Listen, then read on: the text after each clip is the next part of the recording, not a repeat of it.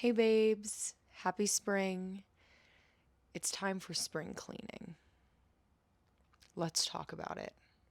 Thank you so much for being here, my love. Welcome to the earth and all the things. Let's spring clean. It's time to let things go. What a powerful shift from winter to spring. I truly have not been as aware as I am this season, and it's so magical. Looking at the seasons, this is such a powerful shift. We're going from the dark into the light.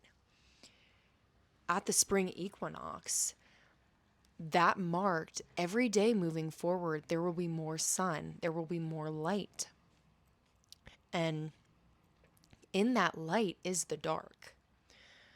The winter is such a dark and bitter time. Not bitter bad, just underworld, deep. Plants go into the earth, roots retreat into the core of the earth. Everything's quiet, and we all experience that on a different level.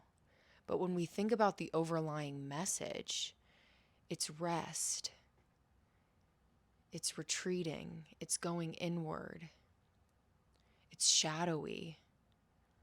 And it's so beautiful that we get to witness that move into openness, growth, color, light, sun. Yet none of that would be possible without that underworld journey, that winter, that darkness. As women, we experience that on a cyclical level every month. And to honor that on this wide scale of Mother Earth, of world, of cosmic, is extremely powerful. Now, the spring cleaning part. When we undergo that journey of winter, of darkness, we are chipping away and facing and learning about the things that do not serve us, that get in our way, that halt our growth. On the end, I will touch on a couple alignments that are really powerful right now that support this, but we'll save that to the end. If you're not into that, no worries. Just stay with us for now. But we get the time to really understand our own shadow, our own darkness, our own fears, our own insecurities, all of those things that live in the shadow. We get to really face them. There's so many parallels to fall. Maybe I'll do that in another episode, but that letting go, it's like fall on steroids. It's so much deeper. It's so much more rooted in growth, yet we're not growing. You have to go deeper.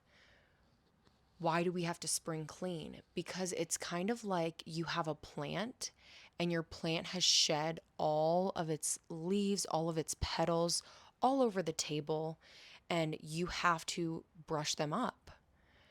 Instead of just brushing them into the dustpan, you one by one take the plant, take the petal or the leaf, and you put it in fresh soil. That's one way to envision the spring cleaning. It's that we pick up the pieces that fell away during the winter and we graciously put them in the light, put them in the soil, allow them to grow.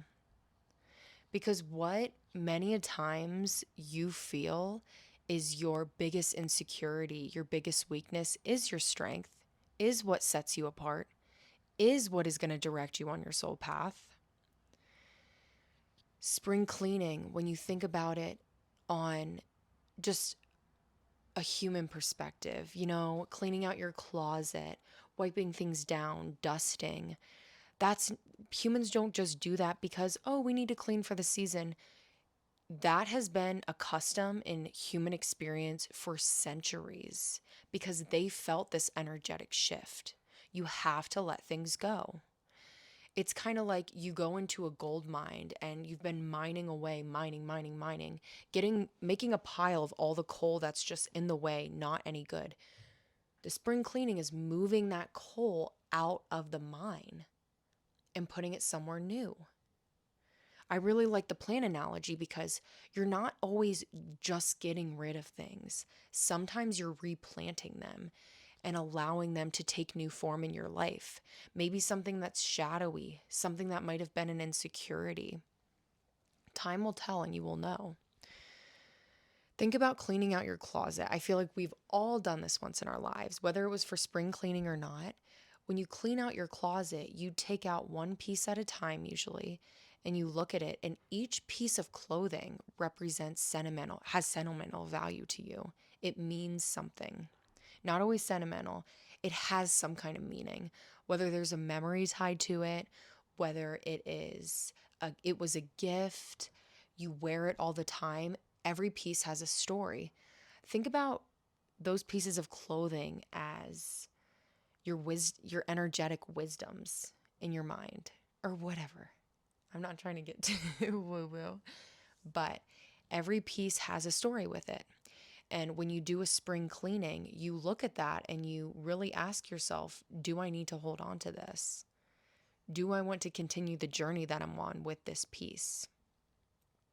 And that answer negates whether you keep it or let it go. Give it up. Really taking that to the next level is not just deciding, yes, I'm going to keep this. No, I'm not going to keep this. You're rewriting the story when you let things go or you keep things. You're rewriting it. I am going to share an example from my life. I honestly had a clothing problem and I made myself let go of all my favorite things. All the things that I loved in my closet, I made myself let them go. To this day, that was so hard in the moment. It was what I needed. Why? Because I wanted to rewrite my story completely. It's not about the clothes. It's not about the piece. It's about that energetic exchange that you're creating. Your relationship to letting go is your relationship to growing. There's no right or wrong relationship or good or bad. You are where you are with growth, and you are where you are with letting go. You know what you need to do to embrace that, to grow that, to shift that. This point of spring cleaning is a moment in time to take a second, pause, look back at the winter time, look back at the hibernation, the shadow, the darkness, and ask how did that go? What did I learn? And to reflect on that.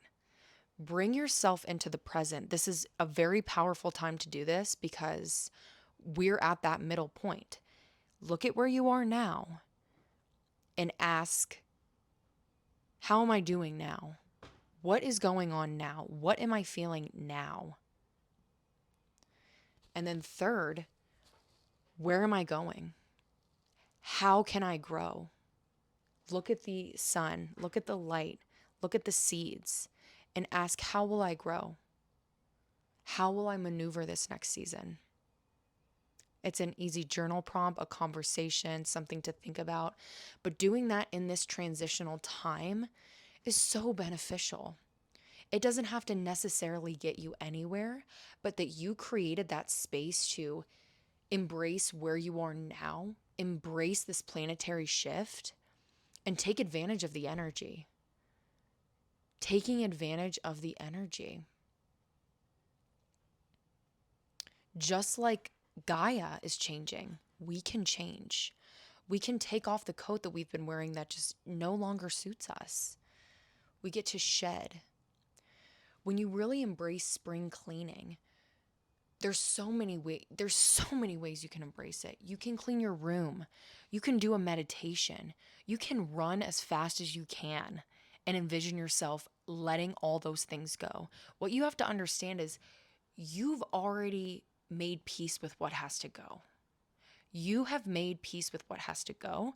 It's kind of like when you clean out your closet and you leave the box of clothes sitting in the corner of your room for months or in your car. Now you take them to the Goodwill. You take them to the Goodwill and you drop them off. You let them go. You already decided what you need to let go. It's just the point of honestly like putting the nail in the coffin. And with that, we get to open up to this new wardrobe, to all of this space, to all of this fresh soil, right?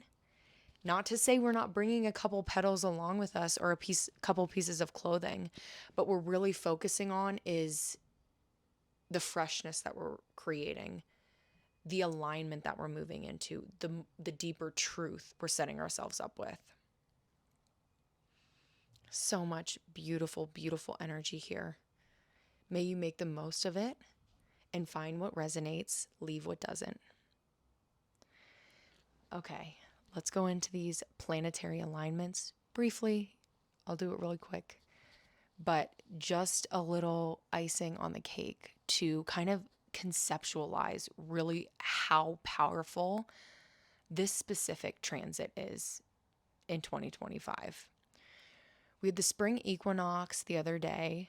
I think it was on Thursday, and that is in and of itself is a powerful point in time. It represents moving from the darkness to the light, right? Expanding into the openness of spring, the new possibilities that are available. It's really just a cosmic and global shift of mindset, shift of energy. With that, it is eclipse season.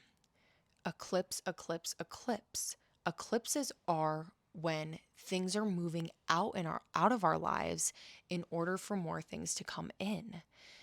Eclipses are powerful enough as they are, but when we can really embrace and pair together the power of an eclipse with the power of a season shift is monumental.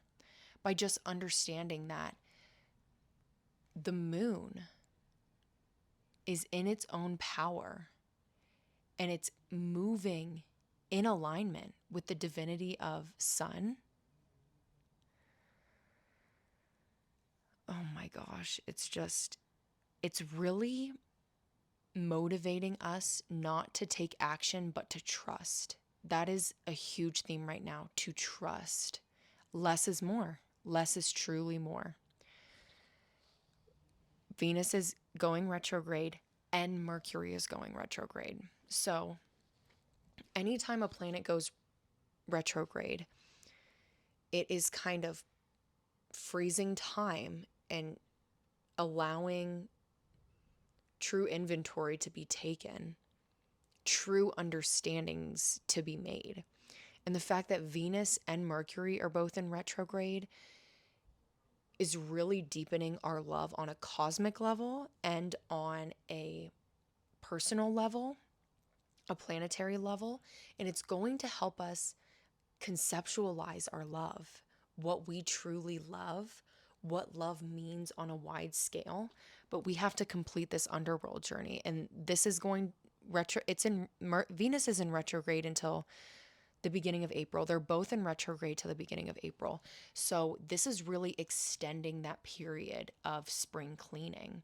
It's giving us more time, more space to really make peace with what is going, with what we are letting go. And the alignment of this is telling us that you are letting some powerful stuff go.